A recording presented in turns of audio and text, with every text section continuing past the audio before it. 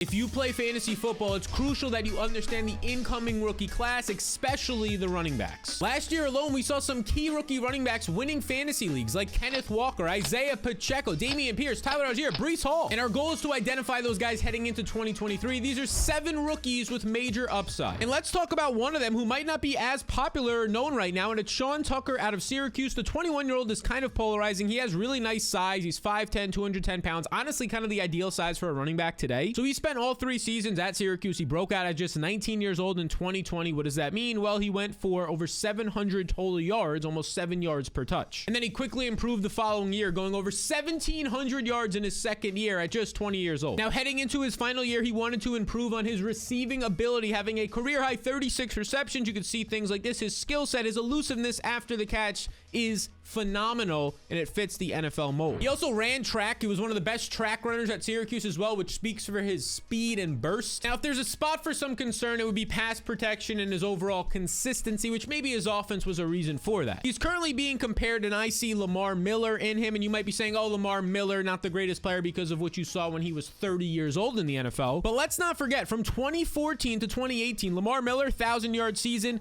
800, 1,000, 800, 900. When you factor in his receiving yards over here, he went over 1,100 yards in 6 straight seasons. Now, I think he'll end up being either a late 3rd or an early 4th round pick. If it is the late 3rd, you have really good options for him in terms of fantasy. I mean, you have Buffalo, depending on what they do in the first couple of rounds at running back. You have Kansas City. You even have Philadelphia if they're not to re-sign Miles Sanders. Again, this is being recorded before free agency. The 4th round, you have Arizona. You have New England. If they let Dameon Harris go, they usually like to have a 2 committee there. The skill set, the versatility, and if he gets drafted in the 3rd round for sure is going to be fantasy relevant. Now, the most fantasy relevant running back is going to be out of the University of Texas in Austin. Bijan Robinson, a 5-star recruit, the #1 running back by far in this class. He has everything. The elite size right now at 6 foot, 220 pounds. The presumed absolute elite speed. He's one of the best pass catchers out of the backfield that we've seen in a while. Literally has played plenty of slot wide receiver at UT over the middle of the field. And running the ball is basically a game of chess for him. He sets up defenders. He has the burst agility. He can break tackles. He can stop on a dime. This is very Saquon Barkley-esque when he was coming out of Penn State a couple years ago.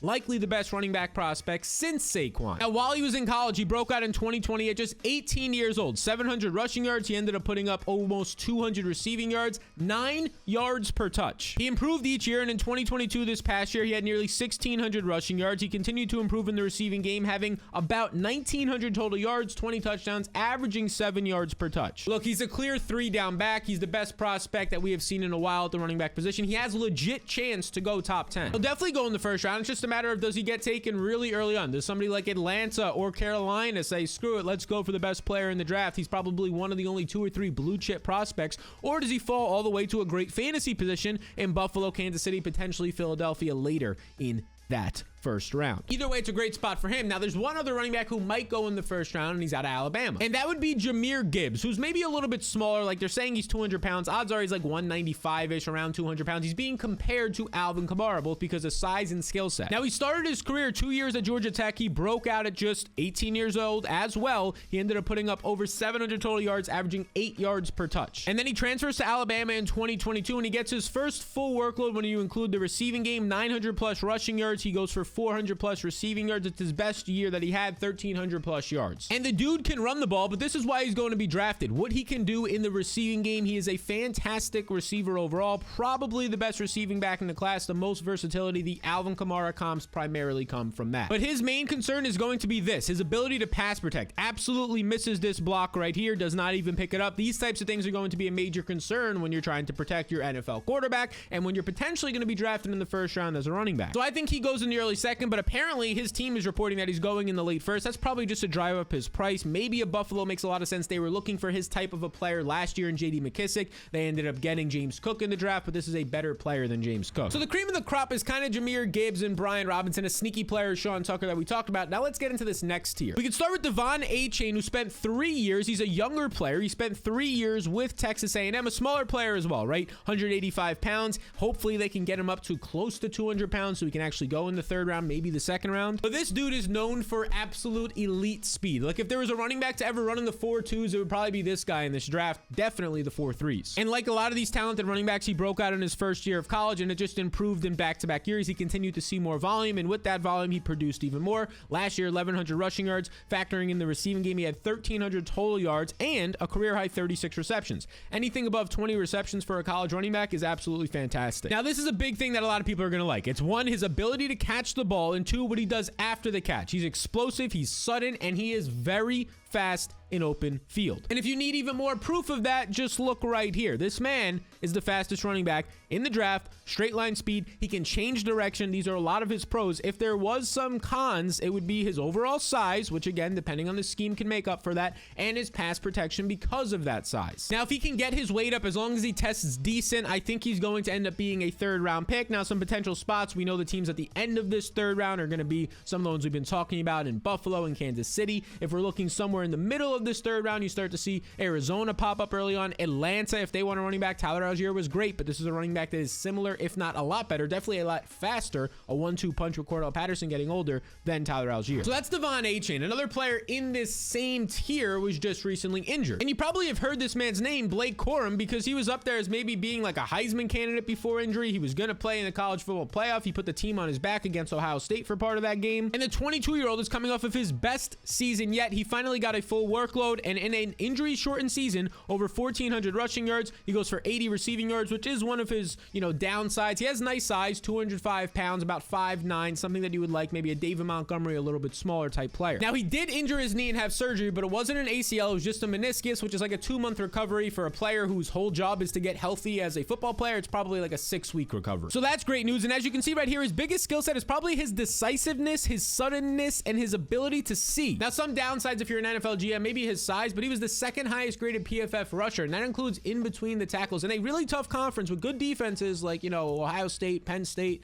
in the Big Ten. A potential concern would be his receiving game, but a lot of players, we see this with Donovan Peoples-Jones, a wide receiver that was breaking out last year out of Michigan. Just that team doesn't like to throw the ball a lot. He was getting a lot of carries. He was fine there. We think he can catch the ball. We'll just have to see once the combine comes. And again, they didn't rely on him, but that wasn't their offense. I think you're probably going to get a second or third round draft grade out of him, a late second, early third. If he ends up going in that third round, I think teams like Denver right here could potentially be a fit. They had Javonte Williams coming off of injury. They have back-to-back picks if they don't trade these away. I know Javonte's there, but it is a pretty brutal injury. Melvin Gordon is now gone. Maybe you want a 1-2 punch with another younger player that you can get hopefully in the third round. All right, next up, let's talk about the tank. And that is Tank Bigsby out of Auburn. He played 3 years there. He was a 5-star recruit. He's still just 21 years old. Nice size, 6 foot, about 205 pounds. Can probably get that up to 210 by the combine. He had over 900 yards as a true freshman at just 19 years old. It continued to improve. His biggest overall workload year was 2021. He played one less game though, but he still saw really good efficiency this past year. 907 rushing yards. He increased his receptions, which was a goal of his. He ended up going out there and producing about 1,100 yards. Now, as his name suggests, he's going to be known, as you can see in the backfield right here, he's a tank for strength. His strength, his ability to break tackles, what he can do in the open field is still a question mark, but we see the speed right here. We understand that he has that speed. He has patience. His ability to cut, as you saw here. The biggest downsides, he's kind of upright when he's running in between the tackles. That's a potential for fumbles. That's a potential for maybe not breaking off yards after contact as much. And what can his passing game role be? But what we know out of Tank Bigsby is that he has speed, strength. Think maybe Brian Robinson in some extent. Just NFL teams and GMs love these types of guys. Third round picks. If we can just get rid of that upright running style, it could be something nice. I think Bigsby is a third or fourth round pick. Now, this next guy is also kind of polarizing like Sean Tucker, and that's Zach Charbonnet, because out of UCLA, people thought he was going to come out last year and potentially be like a second or third round pick. Maybe he can still be there this year, but a lot of people love him, a lot of people don't. First off, he has the great size at 6'1", 220 pounds, but he is a slower back. And now this past year when he went back to college, he kind of helped himself. He went for, when you factor in the rushing yards, over 1,300, the receiving yards of 321. He went for 1,700 total yards, 37 receptions, showed his versatility.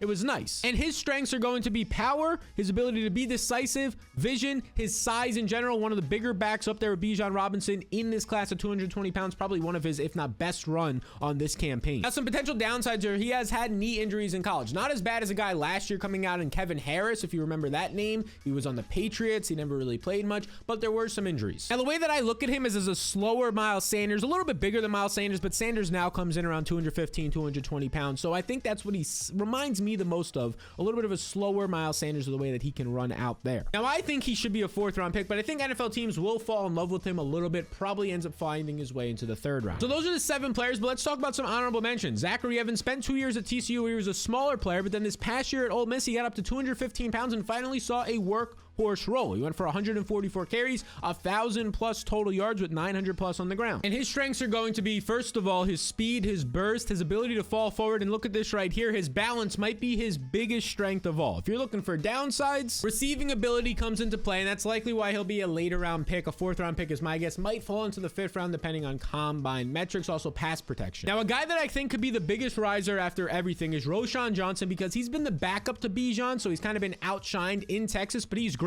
He has the elite size. He'd probably be a top 5 running back, if not higher, if Bijan wasn't ahead of him taking up all the work, of course. I mean, this is just the type of dude that GMs are going to absolutely love and probably get more buzz around. He was a 4-year starter. He was always fantastic. He can hold on to the ball. He can catch passes as well. He had a career high this past year in overall yards per reception. I think he could be somebody that falls into probably not the 2nd round, but late 2nd, early 3rd would not shock me. A few more would be Israel out of Pittsburgh. He has solid size. He's a little bit polarizing, but this last year was what really did it for him to put him on the map, maybe be a 4th round pick. He had, when you factor in his receiving yards, over 1,500 total yards. He's an absolutely great blocker. He has good balance. The downsides are speed, route running. What can he do in the receiving game, which are a lot of things that NFL teams want these days. And then there's Kendre Miller of TCU, made it to the college football championship, was banged up, has great size overall. He had the full workload this past year and had over 1,500 total yards, 1,400 on the ground. The concerns are what can he do in the receiving game, although he showed that he was decent in that area. Route running, though, is not as one of a strong suit. But when I look at Miller, I kind of see David Montgomery, both in kind of the size, what he can do in terms of breaking tackles in between the tackles. Doesn't have the greatest long speed in the world,